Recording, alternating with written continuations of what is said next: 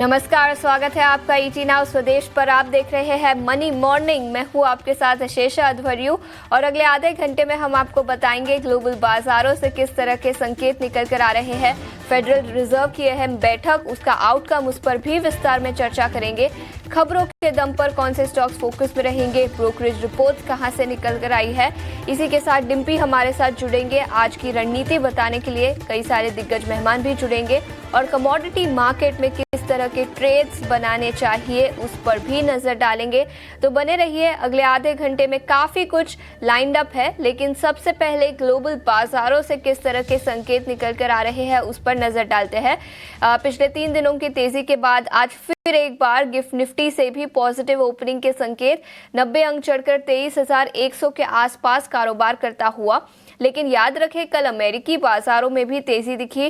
Federal reserve की बैठक और उसका आउटकम निकल कर आया, जहां पर दरें तो अनचेंज रही है, कोई बदलाव नहीं किया गया, लेकिन ग्रोथ को लेकर काफी चिंता है, अनसर्टिनिटी है। तो कमेंट्री निकल कर आई। अभिषेक अब हमारे साथ जुड़ चुके हैं। अभिषेक, गुड मॉर्निंग। और आउटकम की बात करें तो ज्यादा कुछ बदलाव तो नहीं किए गए, लेकिन ग्रोथ और इन्फ्लेशन को लेकर अभी भी चिंताएं हैं। आशीषा, गुड मॉर्निंग। जी हाँ, देखिए, ग्रोथ को लेकर, इन्फ्लेशन को लेकर चिंताएं हैं और यूएस फेड के चेयरमैन जेरोम पावेल ने ये भी कहा है कि जो इन्फ्लेशन घटाने की कोशिश हो रही थी यूएस फेड की तरफ से, वो प्रोसेस थोड़ा सा डिले हो जाएगा, ये टैरिफ को लेकर जो चीज़ें हुई हैं। हालांकि उन्होंने ये भी कहा कि ऐसा नहीं कि टैरिफ के चलते महंगाई में बहुत ज़्यादा कोई उछाल आएगा। थोड़ा बहुत उछाल आ सकता है, लेकिन वो ट्रांजिटरी रहेगा, बहुत ही छोटे समय के लिए रहेगा। तो इस चीज़ को बाजारों ने एक राहत के तौर पर लिया है और हमने देखा कि डाउ जोन्स में कल 383 अंकों के आसपास की तेजी रही।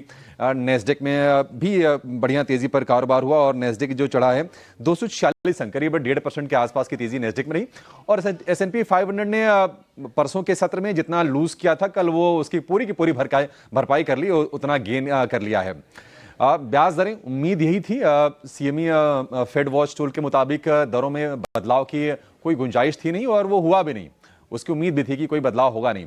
4.25% से लेकर 4.5% के बीच में फेड ने दरों को बरकरार रखा है।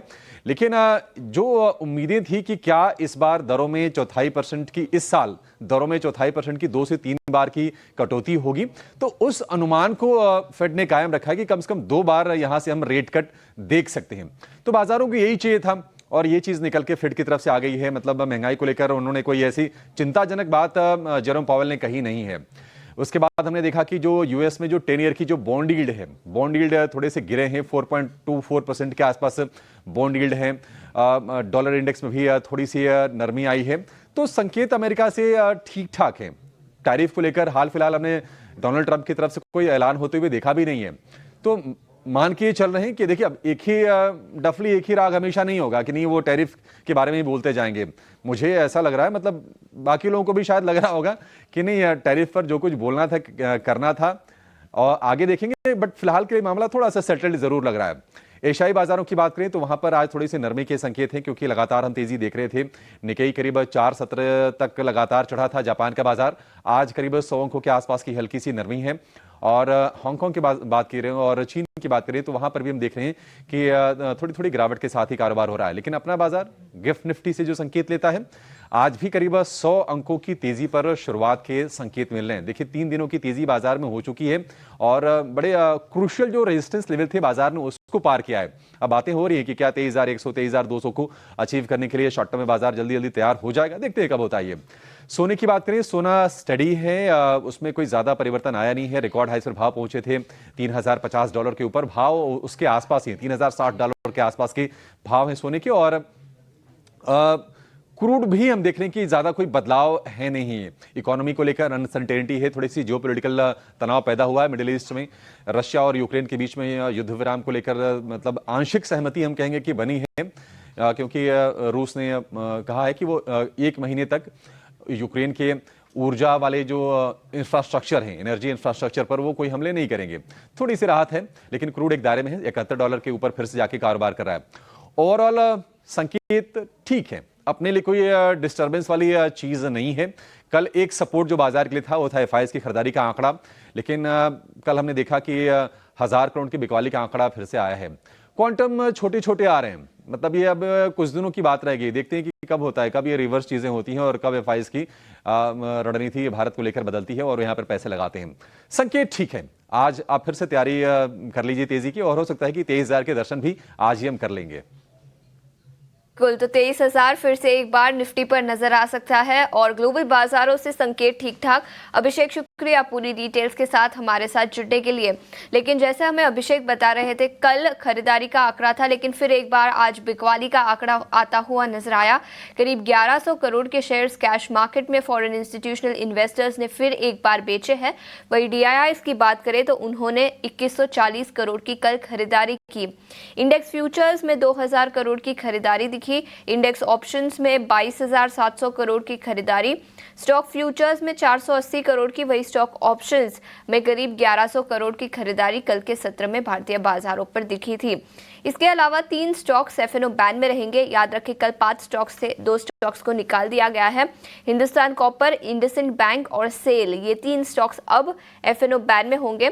और पहले मनप्पुरम फाइनेंस भी था जिसे अब निकाल दिया गया है। तो इंडसइंड बैंक, हिंदुस्तान कॉपर और सेल, ये तीनों स्टॉक्स पर भी अपनी नजर रखें। लेकिन पिछले 3 दिनों की तेजी के बाद आज किस तरह की रणनीति बनानी चाहिए, कौन से लेवल्स पर आपको नजर रखनी चाहिए, ये बताने के लिए डिम्पी अब हमारे साथ फोन लाइन पर जुड़ चुके हैं। डिम्पी, काफी अच्छी तेजी पिछले 3 दिनों में दिखी है। निफ्टी करीब 550 से 600 अंक चढ़ चुका है इस हफ्ते अब तक, और आज भी पॉजिटिव ओपनिंग के संकेत ही निकल कर आ रहे हैं। ऐसे में रणनीति किस तरह की बनानी चाहिए? आशीषा, गुड मॉर्निंग। आपको भी अच्छा लग रहा है मार्केट के ऊपर आने से? बिल्कुल, एकदम अच्छा लग रहा है। 23,000 फिर एक बार पार निकलता हुआ नजर आएगा आज के सत्र में। हाँ, आज अगर 23,000 पार हो जाता है तो एक राउंड की और शॉर्ट ट्रैपिंग हो सकती है और मार्केट का करीब 1000 पॉइंट की जर्नी निफ्टी की पूरी हो जाएगी। और करीब 2000 पॉइंट की जर्नी अगर मैं सेम कैलकुलेशन से चलूँ तो बैंक निफ्टी की पूरी हो जाएगी, जो कि 48,000 से अब सीधा 50,000 की तरफ मूव कर जाएगा। तो ये अच्छा पुल बैक है, ये स्ट्रॉन्ग पुल बैक है। मार्केट ने कन्विक्शन दिखाया और इस कन्विक्शन को प्ले किया। आशीषा, आपको याद होगा हमने हमेशा buy right and sit tight की वकालत की। हमने ये कहा कि नो एग्रेशन नो डिप्रेशन, और हमने लास्ट में जब से बाजार ने बॉटमिंग की है हमने अपना स्टांस एक्यूमुलेशन का भी छोड़ दिया था। हमें अब समझ में आ रहा था कि अब बाजार अगर ऊपर चलेगा तो आप महंगा माल ना खरीदना, इसलिए हमने एक्यूमुलेशन के स्टांस को भी छोड़ा और सिर्फ 2 ही स्टांस के साथ ऊपर आए। और उसके बाद देखिए निफ्टी अब 23,000 की तरफ आपको मूव कर रहा है। अब क्वेश्चन यही है कि 23,000 की तरफ जाएगा तो कहाँ तक जा सकता है। देखिए 23,200 मैंने कल भी आपको बताया था, आज मैं फिर से रिपीट कर देता हूँ। मेरे को लगता है जो मार्केट का पुल बैक है वो 23,200 तक जा सकता है। एक और वजह, कल नैस्डैक वापस ऊपर बंद हुआ है। कल आईटी की परफॉर्मेंस खराब थी, आज आईटी की परफॉर्मेंस थोड़ी ठीक हो सकती है, तो आज निफ्टी के अंदर आपको प्ले मिल सकता है। एक और चीज, निफ्टी के अंदर आज डेरिवेटिव एक्सपायरी है वीकली बेसिस पर, 20 तारीख है और थर्सडे है।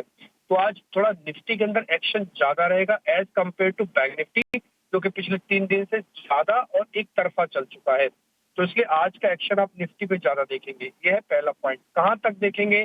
23,000 अगर गैप के साथ खुल जाता है तो 23,200 का रास्ता खुल जाएगा मार्केट का, और मेरे को लगता है कि 23,200 तक बाजार एक बार के लिए मूव करके आ सकता है। स्टॉप लॉसेस क्या रखने आप? देखो आशीष, 22,800 हमने 2 दिन से क्लोज किया है। फर्स्ट डे क्लोज किया था, कल हमने सेकंड डे क्लोज किया हुआ है उसके ऊपर। तो ये बात कंफर्म है कि मार्केट में 22,800 का एक बेस सा बन गया है। फिर हमने ऑप्शंस चेक की तो 2 दिन में अच्छी शॉर्ट कवरिंग हुई है। कल भी 22,800 की कॉल में काफी अच्छी शॉर्ट कवरिंग हुई है। इसका मतलब ये है कि 22,800 अब एक नया बेस मार्केट का तैयार हो गया है। आपको याद होगा हमने आपको यही लेवल भी बताया था कि यहाँ के बाद आप ना सेल ऑन राइज नहीं करेंगे बल्कि बाइंग ऑन डिप्स का नेचर हो जाएगा आपका। तो 2 दिन की क्लोजिंग इंडिकेट कर रहा है कि now we are in the position of buying on dip. अब जब भी बाजार कोई भी डिप देगा ना तो ये बॉट होएगा। दूसरी इंपॉर्टेंट बात, एफआईज की होल्डिंग और बढ़ी है, ये 26% के आसपास हो गई है, ये 24 से 26 हुई है और रिटेल माल काट रहा है। सबसे अच्छी बात मेरे को लग रहा है कि रिटेल माल काट रहा है और एफआईज माल भर रहा है, तो बुल रन अच्छा और बड़ा भी हो सकता है। तीसरी इंपॉर्टेंट बात, पुट कॉल रेशियो कल बहुत ज्यादा नहीं बढ़ी। इनफैक्ट निफ्टी में तो पुट कॉल रेशियो घटा है, यानी कि कल बाजार जब चल भी रहा था तो हीट नहीं हो रहा था, आराम से सरक सरक के चल रहा था। तो यही धीरे धीरे करके आज भी शायद मार्केट आपको चलता हुआ दिखेगा ऑन अ पॉजिटिव बाय। मैं बैंक निफ्टी के लेवल के साथ कंप्लीट कर देता हूँ। बैंक निफ्टी 49,700 अराउंड बंद हुआ है। 49,500 and 300 is stop loss area, या आप ट्रेलिंग स्टॉप लॉस मान सकते हो अपना। और ऊपर आते समय मेरा जो टारगेट है वैसे तो कल ही वो पूरा हो गया था 49,800 का, बट फिर भी मैं एक्सपेक्ट करता हूँ कि आज छोटा भी गैप मिल जाए तो 49,800 एंड 50,000 के लेवल भी आपको दिख जाएंगे स्क्रीन पर, और 50-200 तक जाने की प्रोबेबिलिटी काफी हाई है। तो फिलहाल ऑप्शंस वालों को अब नहीं आना चाहिए, 2 दिन में ऑप्शंस वालों की अपॉर्चुनिटी लॉस्ट हुई है। अब ऑप्शंस वालों को नहीं आना चाहिए, जो है उसी को ही संभाल के रखो। Buy right and sit tight and no aggression and no depression. Buy right and sit tight, no aggression no depression, पिछले कुछ दिनों से इस पर चर्चा की है। डिम्पी, बहुत बहुत शुक्रिया समय निकालकर हमारे साथ जुड़ने के लिए। 8 बजे फिर एक बार इन लेवल्स पर नजर डालेंगे, लेकिन फिर भी निफ्टी और बैंक निफ्टी के लेवल्स आपके स्क्रीन पर आते हुए निफ्टी की सबसे पहले बात करें तो 22,700 और 22,500 ये इंपॉर्टेंट सपोर्ट लेवल्स होंगे, और रेजिस्टेंस की बात करें तो 23,000 और 23,200, और आज गिफ्ट निफ्टी से 23,000 के पार निकलने की संकेत भी निकल कर आ रहे हैं। और बैंक निफ्टी के लेवल्स भी आपके स्क्रीन पर, इन सभी लेवल्स पर अपनी नजर रखें। लेकिन बाजार पर रणनीति बताने के लिए अब हमारे साथ जेएम फाइनेंशियल सर्विसेज के अक्षय भागवत भी जुड़ चुके हैं। Akshay, good morning. आज पॉजिटिव ओपनिंग के संकेत फिर एक बार चौथे दिन लगातार बाजार हरे निशान में हो सकते हैं। आपकी रणनीति ऐसे बाजार में क्या होगी? Good morning Ashisha. तो बिल्कुल चौथे दिन तेजी के संकेत है, जो राहत की रैली है काफी हद तक एक हेल्दी रैली रही है, और जिस स्तर पे आज बाजार ओपन होगा 23,050 से 23,100 जो गिफ्ट निफ्टी हिंट कर रही है ओपनिंग, वो बहुत ही अहम लेवल रहेगा टेक्निकल सेटअप से, क्योंकि अगर आप पूरा दो फॉल लेके 26,000 से लेके जो 22,000 का जर्नी है, उसका ट्रेंड लाइन रेजिस्टेंस एरिया करीबन 23,050 से 23,100 ये रेंज में मिलता है। तो आज का सेशन बहुत ही क्रूशियल रहेगा निफ्टी के लिए, overall health of the market के लिए, कि यहाँ से निफ्टी रिकवर कर पाता है कि नहीं। तो थोड़ा सा इंट्राडे ट्रेडर्स को सतर्क रहना है। पॉजिटिव चीज है कि गए 3 दिन में बहुत ही बढ़िया एफआईआई के बाइंग नंबर्स देखने को मिले हैं। लॉन्ग शॉर्ट रेशियो करीबन 25% प्लस हो चुका है लॉन्ग्स में, तो करीबन 15% हुआ करता था। करीबन 8,000 करोड़ की बाइंग हो चुकी है इंडेक्स फ्यूचर्स में। तो डे ट्रेडिंग में हाँ, आज वीकली एक्सपायरी है, तो पहले हाफ एन आवर देख के ट्रेड करें। अगर लेवल्स की बात की जाए तो 23,100 ये एक अहम रेजिस्टेंस रहेगा, और सपोर्ट जोन आपका रहेगा 22,950 का। तो पोजिशनली 23,100 के ऊपर क्लोजिंग होना जरूरी है नेक्स्ट लेग ऑफ रैली के लिए।